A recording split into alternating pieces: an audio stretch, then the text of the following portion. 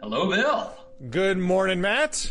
Welcome to the DMZ, everybody. So, we're chit-chatting before. It's not full-blown fall where you are in southern DMZ. Where here in northern DMZ, we had peak foliage, peak New England foliage for what you may call Columbus Day week. And in Northampton, it is Indigenous Peoples Day. And I had the pleasure of going to, actually, I did both an apple orchard in East Hampton on Sunday, and I hit the Ashfield Fall Festival on Saturday, so I had all sorts of autumnal experiences. And so when I was in Ashfield, which is a great little town, the local library was having a book sale, and I got some big scores, Matt. Oh, wow. Big scores for the Presidential Library. So I got the 2-volume Grover Cleveland, The Man, the Statesman. This is the authorized biography of Grover Cleveland, written in 1923 by Robert McElroy. So that's very exciting. I got the 1899 second edition of Martin Van Buren, American Statesman, part of the American Statesman series, which I'm sure you're familiar with. Intimate. So, but the true score, Redneck Power, the wit and wisdom of Billy Carter. Yes. Did you tweet that? I feel did. like I saw that recently. I did. And I did not know this. I mean, you know about the peanut farm. You know about Jimmy Carter's peanut farm. Did you know about Billy Carter's gas station? Billy Carter's Amoco gas station in Plains, Georgia. Oh, wow. I used to work. Did you know I worked at an Amoco gas station? I did not know that. For 5 years. Yeah.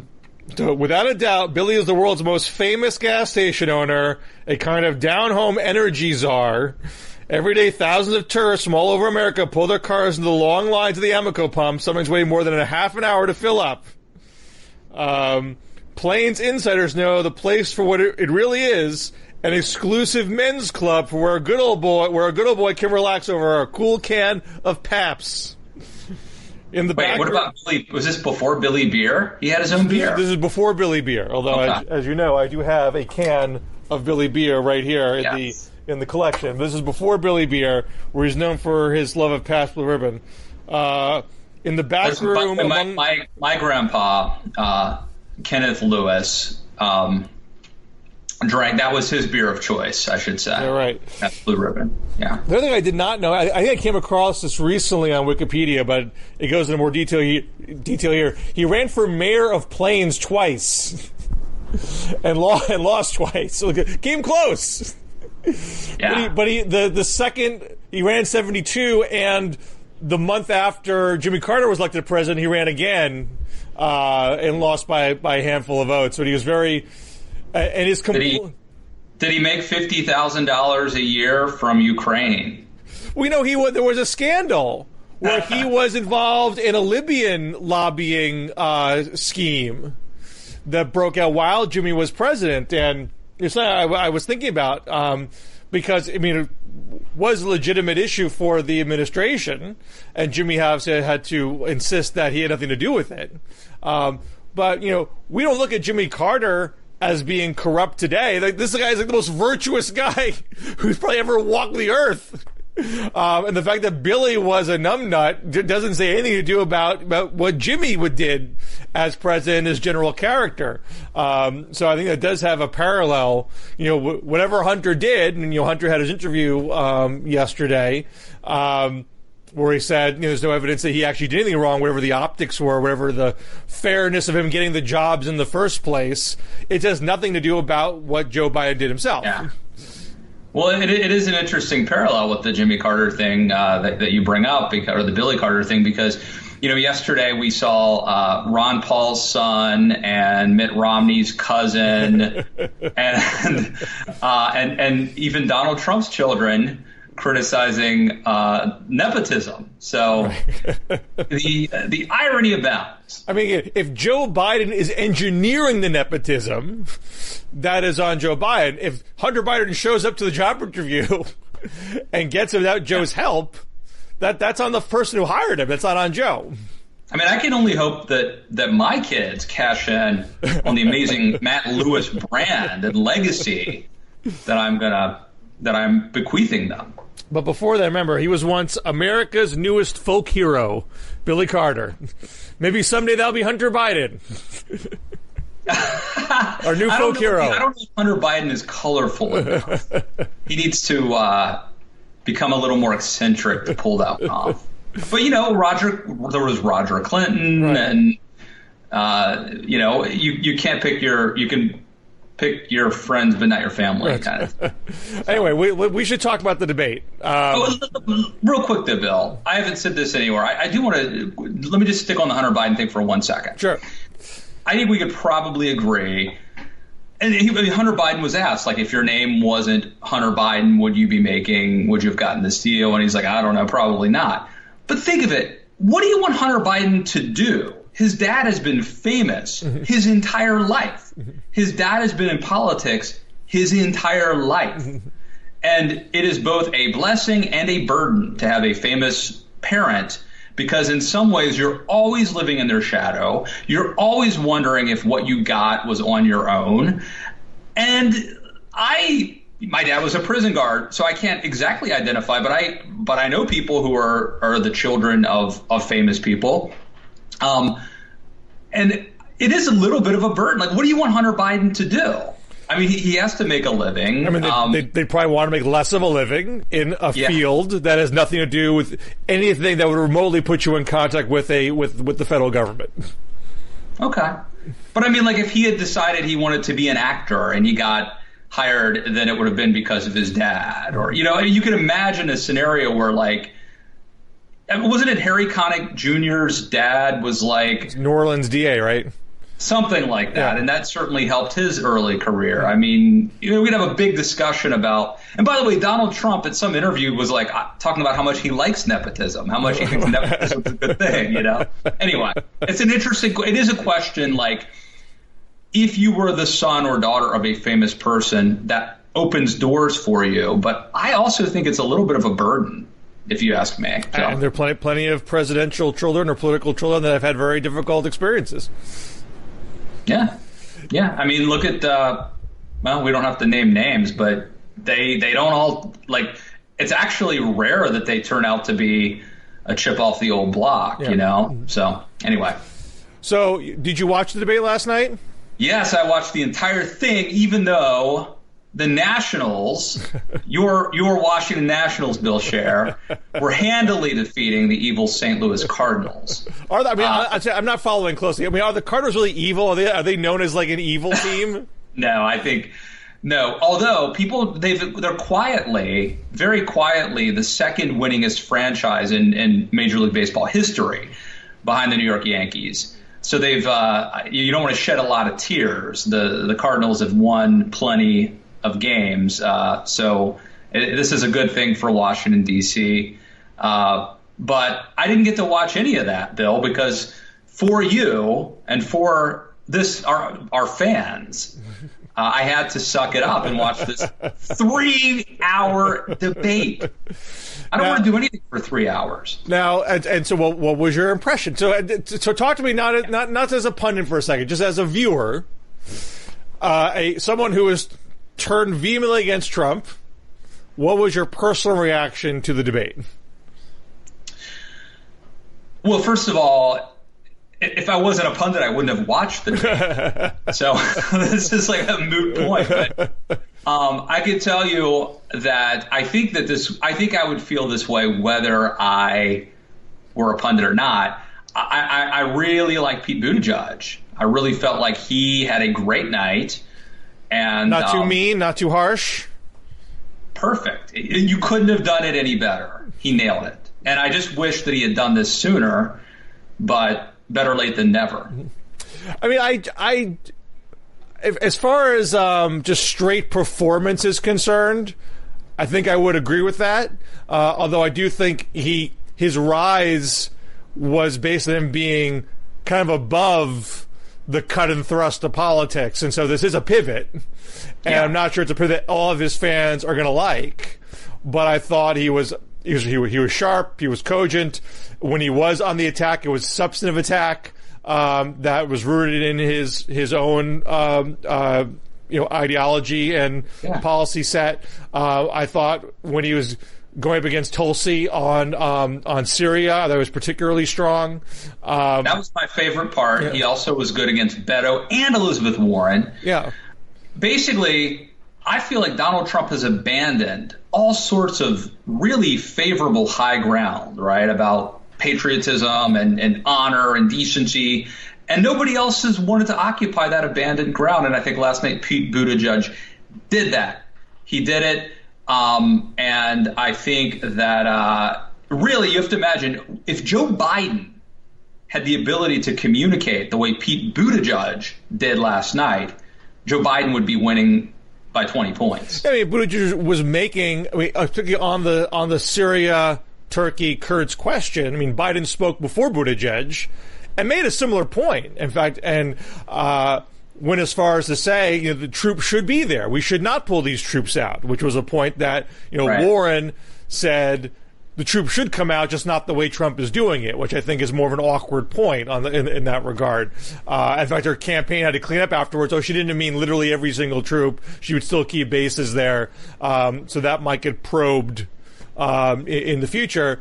But Biden didn't say it as crisply as Buttigieg did, and so I don't think he really got the credit for Oh, yeah, no, but I think that's indicative of everything Biden says. It's not as crisp, it's not as coherent, it's not as eloquent as the way Buttigieg puts it. That really matters. And also, I mean, let's be honest, I think Buttigieg also had a little bit of moral authority on this as a veteran. That didn't hurt either. Right. Having said that, I don't think Buttigieg's performance is the most consequential performance of the night because, one, Biden, Biden wasn't a star, and there's still that murmuring that he's not a crisp communicator, but he also did not have a record player type moment that we're guffawing about. Maybe his worst moment was when he turned on Warren and said, "I got you those votes," and they came across a little hot. But it's different than the bumbling picture that came out of the record player moment. And otherwise, I thought he was generally on point.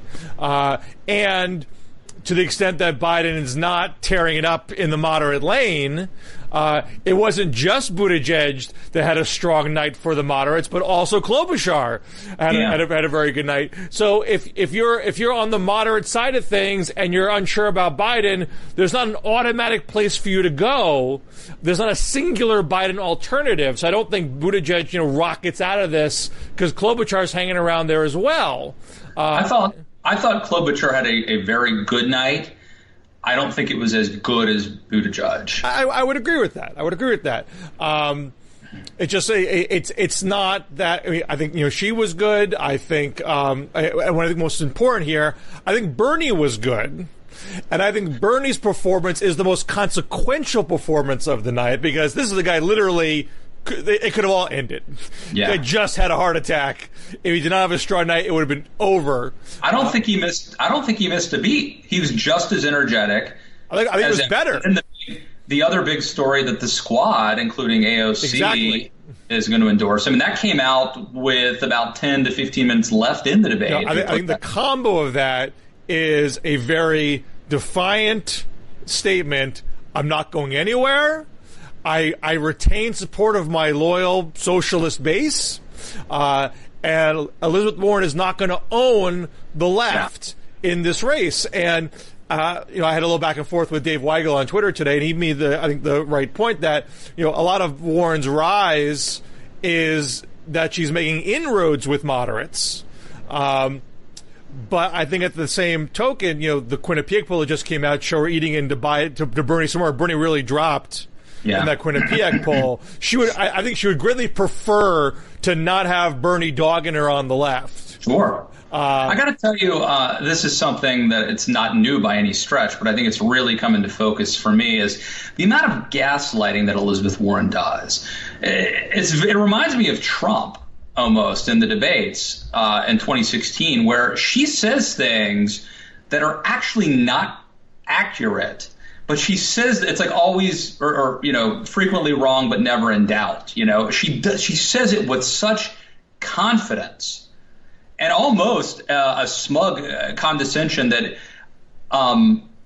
I know this because I've spent my career studying this, and you don't get it. So oftentimes she's not challenged, but she makes assertions about a lot of things that are actually provably false. I think she got at least 3 fact checks last night, I think from the AP. But she does it in such a way that in the moment she gets away with it because of the confidence with which she delivers the assertion. Now, I think calling that gaslighting is a little overly harsh. I mean, gaslighting is sort of a certain kind of lie that's sort of designed to drive you crazy. Make you sort of wonder if your reality is not what you thought it was. Okay.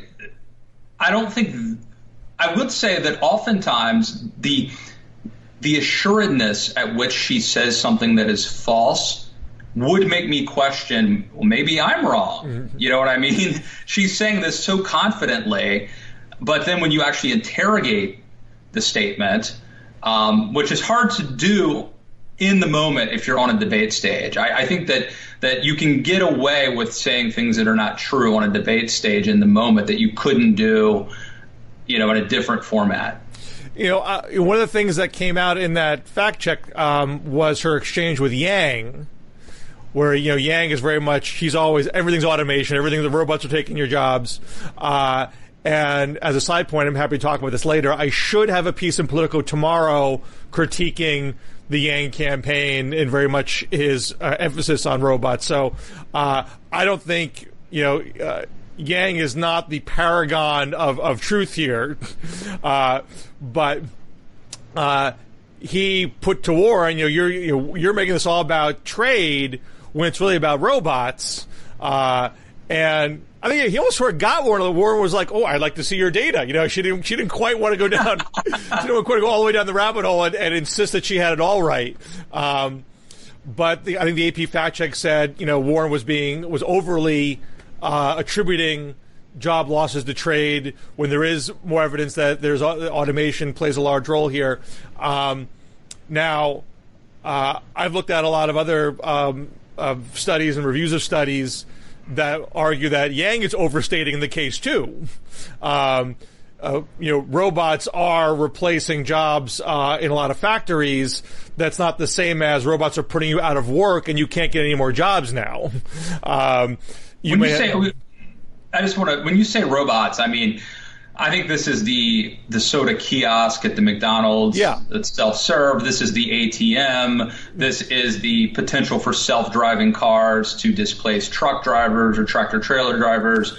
So when people hear robot, they may not realize how pervasive this potentially is. The truck thing, Yang brings up a lot. Maybe we should save this. Let's save the Yang thing for later. Let's stick to Warren. That's next week's episode. Well, I'm happy to talk about it on this show, but I think Warren's sort of the meatier topic of the debate. Because I think there's a big question here. Warren was attacked a lot in the debate. Is this a sign of strength? She's the front runner. Everybody knows it, and she didn't wither in the face of those attacks. So good for her that she survived this test. Or is it that people raised a lot of legitimate concerns about Warren, and while she didn't, crumble in the face of that, they are now much more in the discussion, much more in the ether about Warren than they were 2 weeks ago when it was all Warren on the rise, Warren's drawing big crowds. Now you got, Biden, Buttigieg, Klobuchar, Yang, all saying you're not being straight on Medicare for all and the tax question. You're not talking straight about what the economic concerns of the working class, and therefore you're not necessarily going to be a safe bet, in a general election. I don't think. She certainly isn't going to lose points in the polls over this debate. I wouldn't assume that. But I think the question about her durability and sustainability in this race is far from adjudicated by this debate. You saw Buttigieg go on CNN this morning saying she was more specific about her selfie line than about her healthcare plan, which does it help Buttigieg? I don't know. That's a pretty harsh comment, but it's now out there that... And very clearly a sign that, as you alluded to earlier, Bill, that he has changed his strategy. This is not an accident. That's a very good, pithy line. It's a little harsh. But I think this is not an accident. He has clearly decided to refocus his campaign message and strategy. Yeah, and my takeaway is, Warren was a front runner, still is a front runner. I don't think Biden is no longer a front runner just by the sheer look. Biden is still ahead of Warren in the Real Clear Politics polling average. Right. Although Warren is up in several polls nationally. The most recent Iowa poll was Biden 22, Warren 22, Bernie 21. That was the CBS YouGov poll. And Warren was ahead in New Hampshire. I think Warren is the clear favorite in New Hampshire right now. Nevada is more murky, less polling there, but Biden, I think, still has the edge in the most recent Nevada poll, and he's well ahead in South Carolina. But this is a big so a couple things. One, I feel like, and I'm going to play devil's advocate here for the sake of our commenters who want a little more. They want us to mix it up a little bit more. They feel like we've melded it into one neoliberal figure. Although we've changed who wears the baseball caps from episode to episode. So let me just push back a little bit, because I feel like that you're actually conceding a really big point, which is that Biden is not the clear front runner anymore. Oh, he's not. And this is, but I think it's a big deal, because Bill, I feel like you've argued that he is pretty. That we shouldn't get, anytime it looks like Elizabeth Warren might overtake him, we shouldn't get too worked up, because in the polls he's really durable and he's been incredibly resilient. So I think this is a big moment. After the first debate, I interviewed Jen Psaki, who's an Obama, operative. I think she was deputy press secretary and worked for John Kerry. And she said that Joe Biden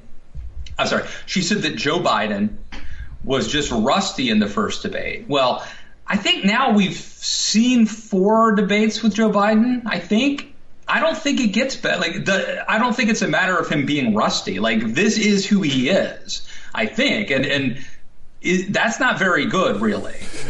I hesitate. I agree, it's not just rust. Although I do think he was better. I think this was his best debate, relatively speaking.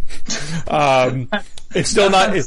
It's still not as good as others on the debate stage. But I do think he has put effort into trying to tighten up from where he was. And I certainly think he does not like this format. He does not like this multi-candidate format. You can see him straining to kind of shove in a lot of facts and figures in a way that you might do if you're sort of cramming for an oral exam. And he's not comfortable. I think it was Matthew Continetti that said a typical Biden answer is on message for the first 4 sentences and the 5th one goes off into outer space. He doesn't love being scripted. And I would like to see a one-on-one debate that is seated. I have this weird theory that a seated debate is very different than a standing debate. Could be. Behind a podium. And remember Dick Cheney, I think Palin and Biden might have been seated at their debate. I know Dick Cheney and Lieberman were. Biden was seated with Ryan. With Ryan, okay. But not with Palin.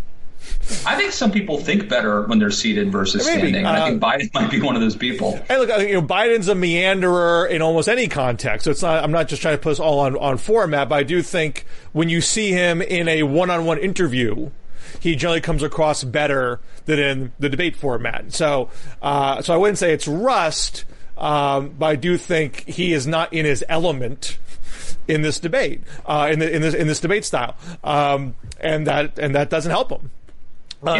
Some of it is the amount of time, as you were noting. I mean, if it's a one-on-one debate, you get to talk more, and some people think that would be harder for Joe. He's struggling, so that maybe the theory is the less he speaks, the better. But actually, getting to talk more like every other time might actually help him get in his groove better. It's like you go into the 2008 debates, where one of the first questions he got was, can you assure folks you're going to be disciplined in this campaign? He said yes, and that was the entire answer. Like, he seemed to do better when he didn't get asked as many questions. He only had like a couple bites of the apple, and he had a couple of sharp responses, and then that would be it. You know, they wouldn't go back to him. And now when he's sort of on, I mean, he's still getting a lot of speaking time.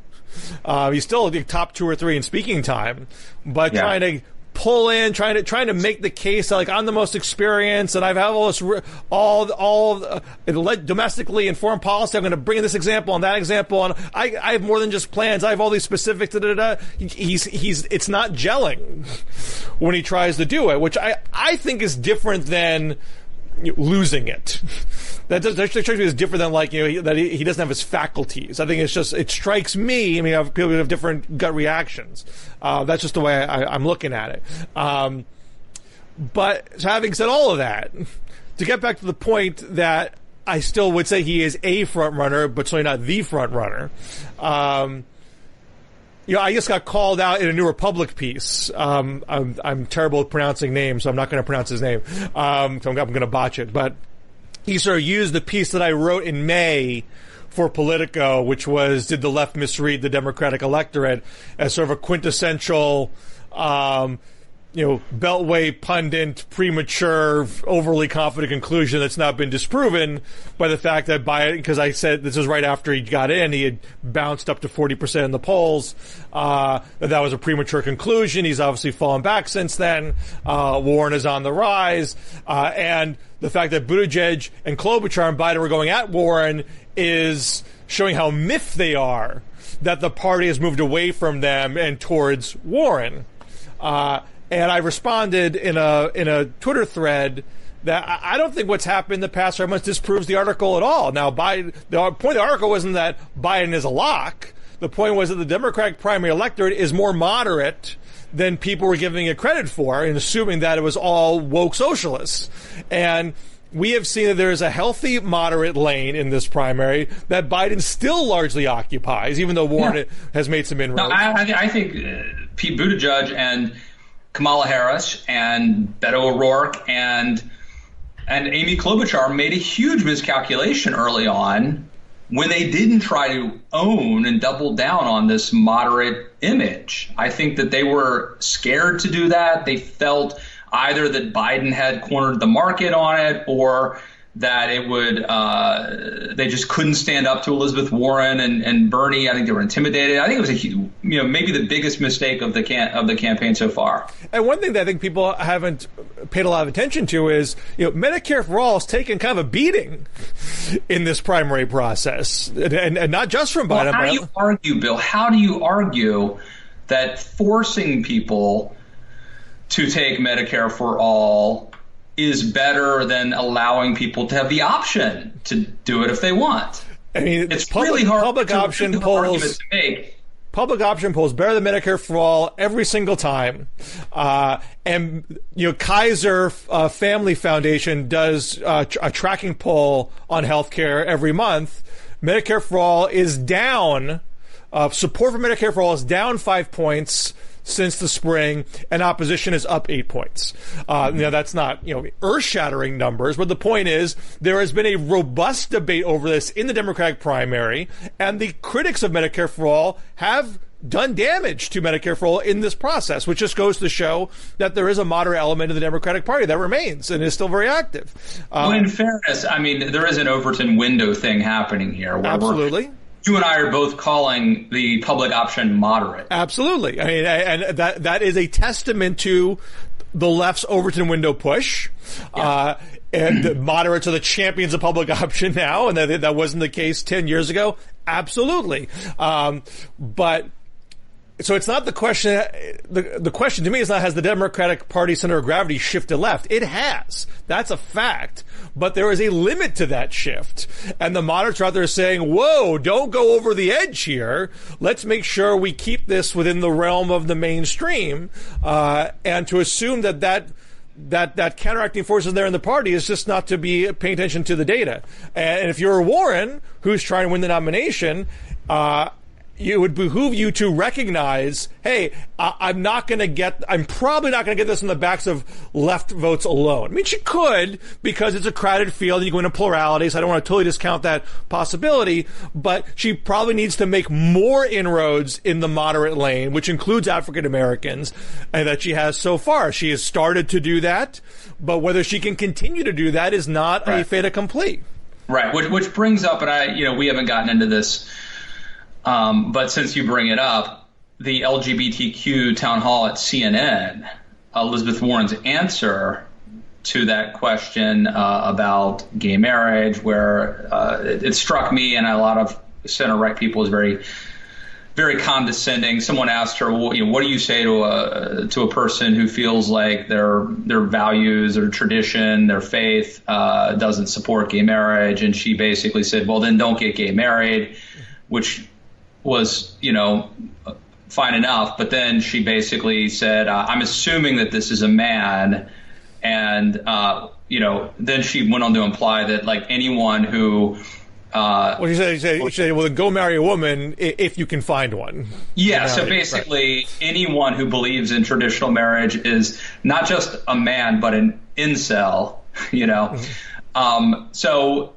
But it turns out, a lot of African Americans within the Democratic coalition maybe don't necessarily agree with Elizabeth Warren on that either. It's a weird thing for her to say, to have basically doubled down on this idea that alienates not only the kinds of folks that she might need to win the general election in Pennsylvania, Michigan, Wisconsin, those types of places, but also potentially some of the African American supporters that have eluded her so far in the Democratic primary. And I don't know if it's just an African American question here. I mean, I would imagine there are some folks who just love that answer. I mean, the response on social media. But those people are with her already. Right. They're with her. But that was, I think, sort of part of the. Let's see if she can fully consolidate the left and kick Bernie to the curb here kind of reaction. She's showing that she is on point, without fear, ready, sharp as a tack, all that kind of stuff. And so I don't want to discount the depth of her support in that regard, because I think it is considerable. But I do think there is an element of the Democratic Party that worries, I don't know how this is going to play in a general election. And that kind of bubbled up kind of after the immediate moment in some of the commentary afterwards. Right. So that's why. So some people say, I've seen people say, oh, Bernie calling Warren a capitalist, Bernie getting the endorsement from the squad. This is going to help Warren. This is going to help Warren pivot and be more palatable to the middle and make those inroads with the moderates, because they'll see she's the more electable choice amongst those two progressives.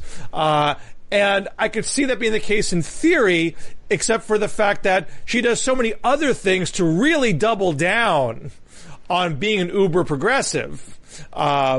Which basically says, I'm gonna win this nomination that way, and I can win the general election that way. Your view of what's electable is mistaken, and I'm gonna rally an enthusiastic base to victory. And look, in trial heat polls against Trump right now, she's doing better. Biden's still a little bit better, but Warren is well enough where it's hard. I think it's possible that Elizabeth Warren could beat Trump, but if you believe that Trump is like this existential threat to not just that he's a regular Republican, and we know the stakes are always high in elections, but that Trump poses this, serious threat to liberal democracy and all those things. Why chance it? I feel like, maybe Warren can win, maybe she can't, but it's not the best. It's not the safest bet one could make if you really believe that beating Trump is the most important thing. And so one of the challenges for Democrats who want to now beat Warren is, how do you make that case without hurting yourself amongst other Democratic voters. So it'd be very hard for a Democrat to attack Warren on being a steadfast supporter of same-sex marriage. Making the case, oh, you're being too mean to anti-gay bigots, that's a hard message to sell to other Democrats. You saw last night people experimenting with different angles.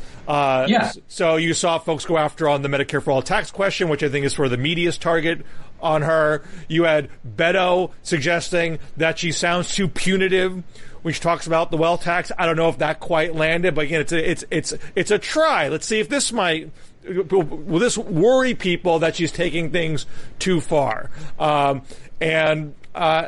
that's the kind of thing that I think you're going to see more. I don't think anyone's going to be deterred from going after Warren in a way that, like, some people were a little deterred going after Biden directly because it backfired so dramatically against Kamala. It backfired against Julian Castro. Maybe Buttigieg's numbers and Beto's numbers just totally tank. I mean, Beto's numbers are kind of in nowhere as it is. Maybe if they do very badly, people will be warned off. But my guess is people are going to say, look, we can't just give her a free pass here. There are avenues to explore, and we got to press her on them between now and February. So a few weeks ago, Bill, I wrote a piece. Remember, at this point, the media was sort of coalescing around this idea that it's down to Biden or Warren. And the rationale for that was just looking at historically, at this point in the race, if you're not polling at a certain threshold, then it's unprecedented for someone to kind of come out of nowhere and be the nominee. And so the media, a lot of people were saying it's Warren or Biden.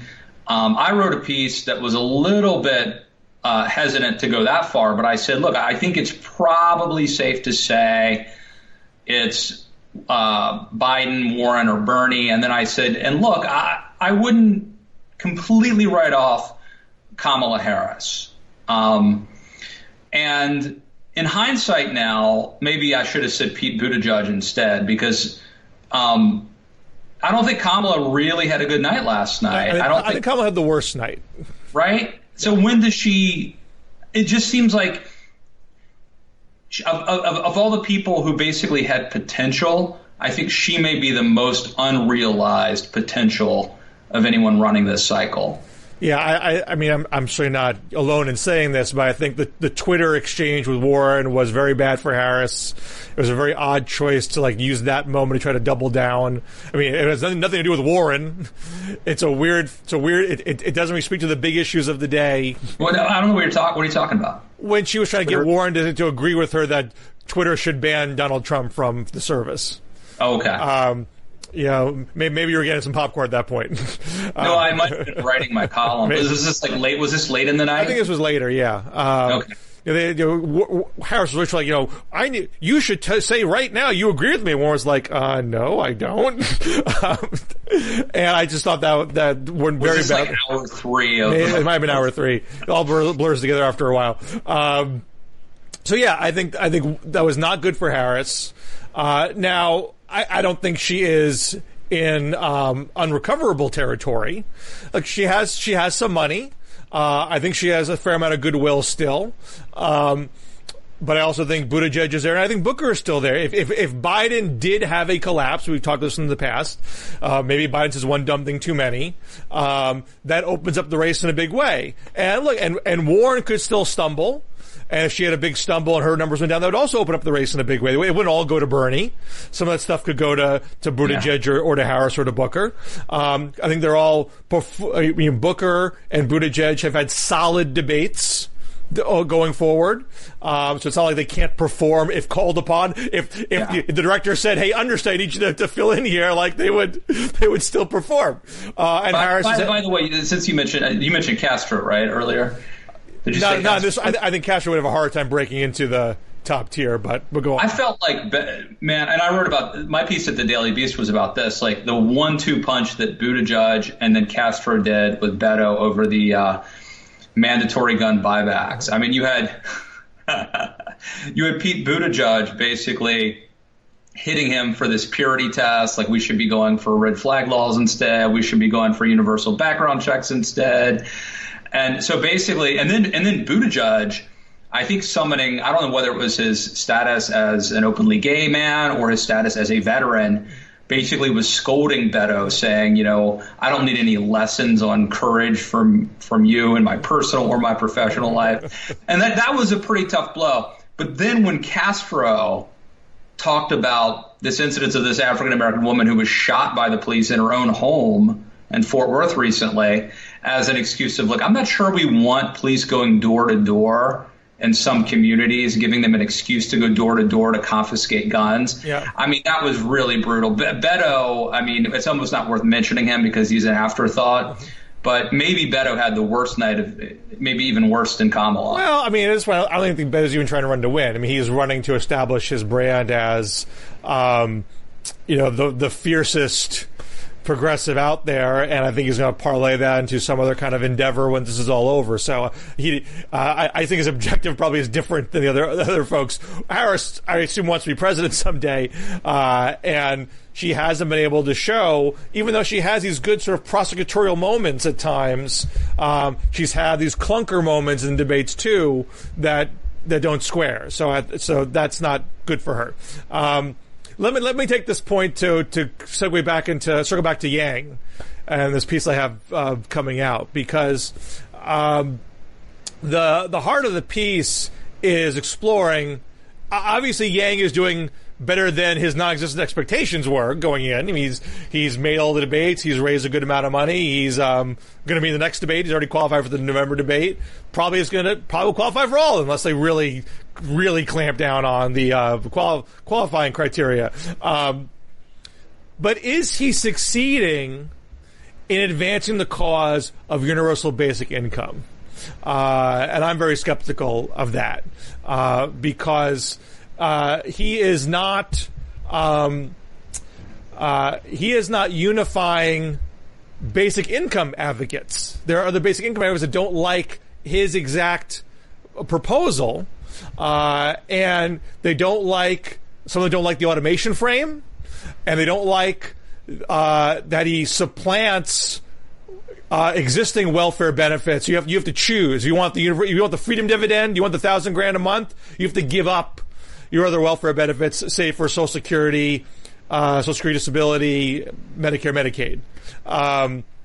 And because he can't unify around that, he can't unify Democrats generally. And so whatever, he has a certain amount of appeal to Trump voters. There's some anecdotal evidence of that, but it's not a lot. And so you have other basic income advocates saying, hey, you should be looking at Kamala Harris's LIFT Act or Cory Booker's RISE Act or Castro's expanded earned income tax credit. And you should be looking at this in terms of people's existing economic plight today, not robot truckers 10 years from now, which may not even happen. So the point I was trying to get to you about the robots, sure, there's automation happening today. There's displacement happening today. But people are in many ways adapting to that replacement. ATMs have not made bank tellers go out of existence. They just have different the nature of their job is different. There's a robot in my Stop and Shop, literally walking around looking for, spills in the aisles, but there's still human beings in the Stop and Shop too. But not as many, probably. I don't know the numbers on that, but the people who are there are doing different kinds of jobs. And so, yeah, you have to prepare for changes in the nature of work with education and infrastructure investment. In fact, the study that Yang cites all the time, that we're going to lose Americans will lose a third of their jobs by 2030, that's from a McKinsey Global Institute study. That study says that with sufficient infrastructure investment, there'll be more jobs gained than lost. They don't say a third of American workers are going to be out of work. They're saying a third of American workers are going to have to adapt for new work. So it doesn't argue for here's a check. It argues for invest in infrastructure and education so we can prepare for what's coming. And to the extent that people today could use more money, it's because people have been poor for a long time. People have been poor for decades, not just all of a sudden because of robots. So people like Mayor Michael Tubbs in Stockton, who is currently doing a pilot project of basic income, he doesn't talk about in terms of automation. He talks about in terms of the poverty happening right now. And he doesn't want welfare to be supplanted with basic income. He wants it to be an add-on. He says, my math to me should be additive. So those complications in Yang's proposal, and I want to get to the robot trucker thing. So he talks about truckers a lot. There's a lot of argument in the trucking industry that robots can't take over an entire trucker's job because the last leg of a trucker's job is not easily automated. There are things that humans have to do.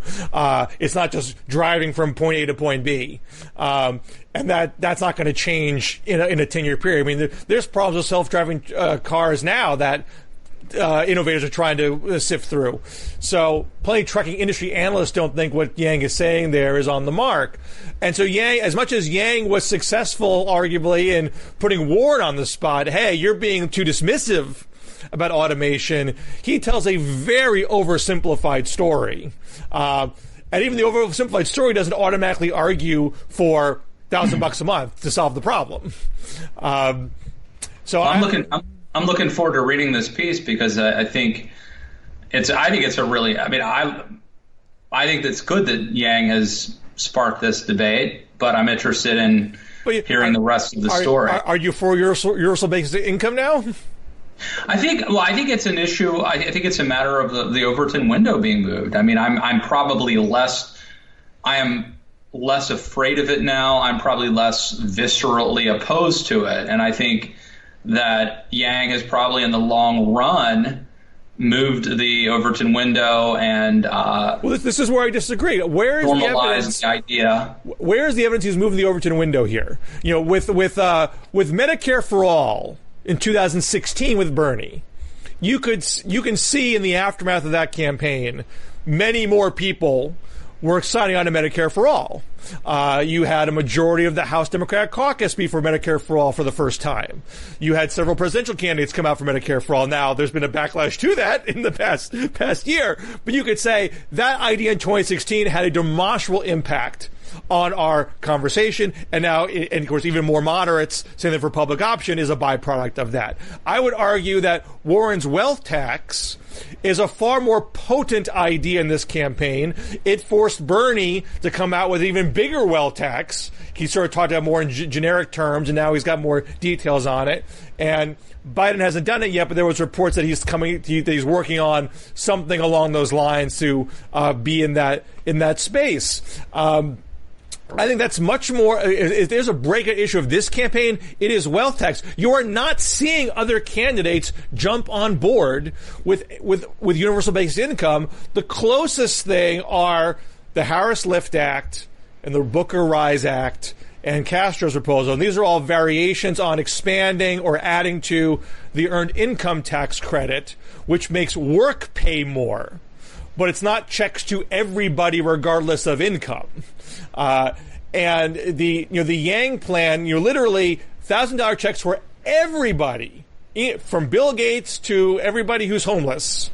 That costs you up front $3 trillion per year. You spend now the federal budget $4.4 trillion. And Yang says, well, the wealthy won't come out ahead because they'll pay this VAT tax, 10% VAT tax. That's going to eat into what they get, and poor folks won't pay as much into that. But that in and of itself doesn't cover the costs. He also has a carbon tax and a financial transaction tax. That doesn't fully cover the cost. So he assumes $800 billion in economic growth, which is based on a Roosevelt Institute study, which assumes a UBI that is not tax financed. That is debt financed. They don't have a strong growth protection for a tax financed UBI, which is what Yang proposes. So the numbers just do not add up, which is why Austin Goolsbee the other day on CBS CBS said you probably need a 30% VAT tax, not a 10% VAT tax, which, as much as, one of the guys I spoke to, Scott Santens, who's a big UBI advocate who likes what Yang is saying, likes that Yang is doing this in a non-polarizing, non-ideological way. Not left, but right, but forward. Let's win over those Trump voters who, let's make them so they don't blame immigrants, but they blame the robots instead, and we'll get them all on board. Well, that all falls apart when you're talking about a 10 to 30% VAT tax. That's not a unifying element to the proposal. But that doesn't. No, but I think that's. I mean, look, you've done great work here, and I think you've exposed the actual problems with the proposal. But the question isn't, is it a good idea? The question isn't, would it work? The question is, has Yang advance the concept or not? And I think he has normalized it. I mean, I think people like me, if we had just heard about the idea of universal basic income, would be immediately repelled by it. But Yang has now, number one, raised the issue. He's familiarized people who might not have heard of it with the issue. He does it in a very non-threatening way. It's just $1,000 a month, and it's not free money. It's a freedom dividend. And so I would argue that in the long run, he has made it more likely that people are going to be open to the idea, which I think is a different question than does Yang's UBI plan work today, and is it winning over support today? Well, then the question becomes, and I grant you can't definitively prove it at this exact moment, but will you see more politicians come forth with UBI proposals? I think we're seeing that today. And the people who are come closest, which are Harris, Booker. So Harris has the LIFT Act, which has a new credit for working Americans. Booker has the RISE credit, which is a replacement of EITC, right. And Castro expands EITC. And Booker also has the baby bonds, which is UBI-ish in that every child, every baby gets a trust fund of $1,000 a month. And if you're poor, that number's higher, and you get that up until you're 18. Then you can cash it out. All those proposals are much cheaper than what Yang's talking about, and the EITC type things are not universal. They are targeted to lower income Americans. But even those things, those aren't breakout ideas in this campaign either. You don't even see Harris and Booker and Castro talking about as much as maybe they should be. Yeah. Was gay marriage an idea that was catching on in 2004? That people were jumping,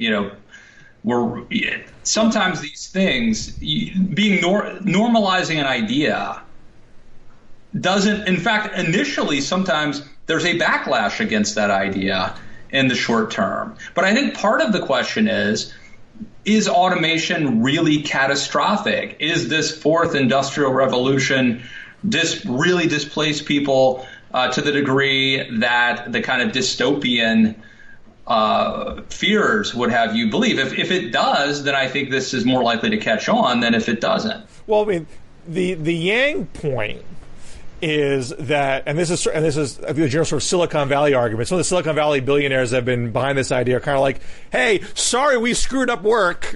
Sorry you won't be able to have jobs anymore. I have an idea. We'll just give you money, and therefore I don't have to feel bad about the fact that I've screwed up the nature of work.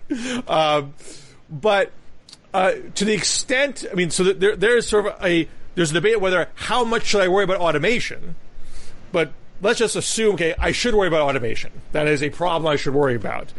It only follows that the solution is here's a check if you can't get easy work. And even then, mind you, the check is not enough to cover all your bills. You have to do some kind of work, but the work that's available to you is not going to pay very much, and therefore you have to be supplemented. And that's just not a given. I mean, automation can be a thing that requires better education to prepare for the jobs of tomorrow, not that you can't do the jobs of tomorrow, and therefore the best I can do for you is a check. Right. Look, I think there are different reasons why people run. Sometimes it's to lay the groundwork for a future run. like Reagan, 76. Sometimes it's you could build a coalition, right? So like Pat Robertson runs in 88, doesn't win, but is able to build the Christian coalition. That ends up helping lead to the 94 revolution. And sometimes people run to raise issues. Like, so if Steve Forbes ran, that elevated the idea of a 15% flat tax. Did it? That actually never really went anywhere. Right, exactly. That example. But I do think that he elevated the issue and made it like a relevant thing. And I think that for now, I would credit Yang with being someone who has made UBI. He has popularized the idea. He has familiarized people with it. And he has done so in a way that is not scary. And so I think it's mission accomplished. And I'm not going to sit here and let you bash my guy. But there's a difference between temporarily elevating an idea and watching it get picked apart so no one else in the future signs on to it, and elevating an idea that actually has a broader impact on the larger discussion. Yeah, I totally agree, but I don't think that's happened here. Well, I think in the case of the flat tax, like there's always been this sort of flat tax niche in the conservative movement that they won't let go of it.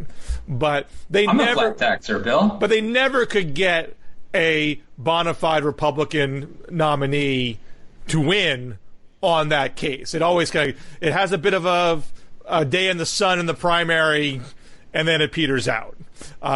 So I don't think UBI has even gotten to that level yet in this campaign, and that's partly because the basic income community is not unified around the exact concept that Yang is pushing. Well, I'm looking forward to reading this piece because I think you've done some really good work here and actually, interrogating some of the assertions that he makes, and he makes them sound really. I mean, he's a very good communicator. And it sounds like as is the case with a lot of Elizabeth Warren's policies, maybe the math doesn't add up, which is ironic for a guy whose merch is math. That's what is what's stunning to me about. Hats. I mean, Yang has not been forced to explain his math, and I put some questions to the campaign because he, for one example, he gave an interview in March where he said, this is at a podcast. Said, well, top line number, headline number is $3 trillion, but once people choose the freedom dividend over welfare, that's going to save, that's going to come down to $1.8 trillion, which is essentially we're going to save $1.2 trillion in welfare payments. Now, the current website doesn't use those numbers. The current website says we now spend $600 billion in various forms of welfare, and there would be savings. They don't say exactly what the savings are, but there will be some savings when people choose the freedom dividend. Now, there is an analysis by a guy who runs what's called the UBI Center that said, my calculations, I think it's based on what would be more, assuming you would take what's more. Those who would choose the $1,000 a month over existing welfare that saves you $133 billion, which is now a sliver of the overall cost. And when I put that to the Yang campaign, they didn't directly answer and say, oh, that number's wrong. They just said, oh, well, there's $563 billion in current welfare, and some of that money would be saved with the freedom dividend. So they have not laid out their work and said these are the exact numbers that are going to be saved. And some of the exact numbers, like I said, with the economic growth, are based on using a wrong number of a different kind of UBI that they're actually proposing.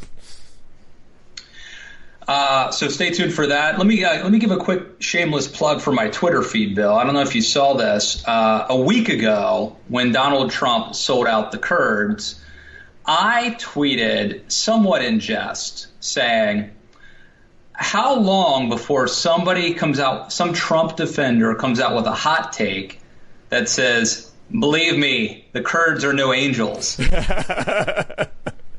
And Twitter responded letting me know that actually there had already been a couple people who had written pieces.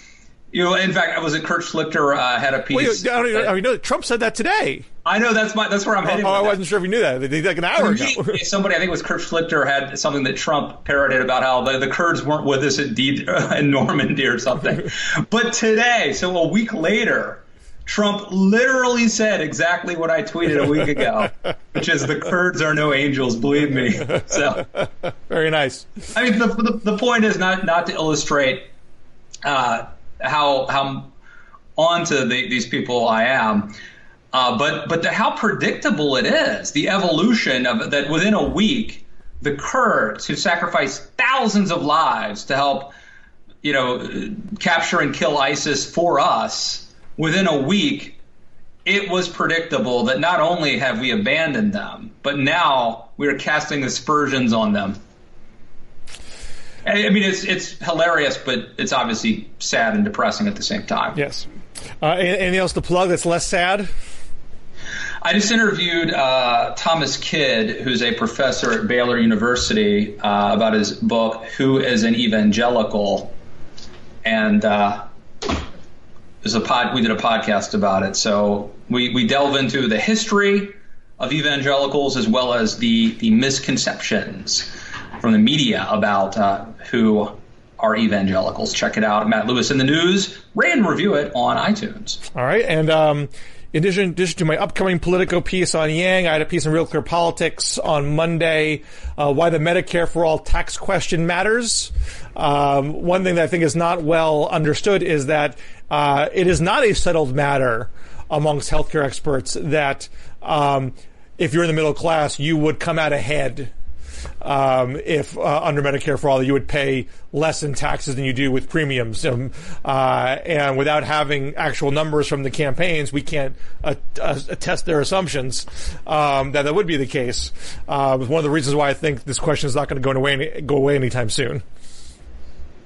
All right. And stay tuned for that piece in Politico about Andrew Yang, everybody. Bring it on, Yang Gang. Yeah, bring it, Yang Gang. Another award-winning show. And, it's raining here in southern DMZ, and luckily the leaves have not really changed yet. I guess that means they're still safe. The Nats are in the World Series, and all is right with the world. So actually, the world is falling apart. But do you want the Yankees or the Astros? Well, I will root for the Astros, but it would be nice if you guarantee me a victory. If you guarantee me that the Nats will beat the Yankees, I'll root for that. I mean, even if you lose to the Yankees, I mean, to have like another literal damn Yankees repeat, 50 years later after the original damn Yankees came out. I mean, that at least would be a fun bookend, even if you lost. It would make for a good musical reboot. Yeah. Actually, this is a good time that I should also plug my podcast with our friend David Petrugia, which I did last week about the 1919 Chicago Black Sox scandal. It turns out there was a book and a movie called 8 Men Out that got a ton of stuff wrong. And it's not just David Petrugia, but it's a lot of people who are more and more people, Bill, are pointing out that book had a lot of myths. And so David Petrugia and I hashed that out in a recent podcast. If you like baseball, I would commend that podcast to you as well. All right. All right. Till next week. See you guys. Take care. Thanks.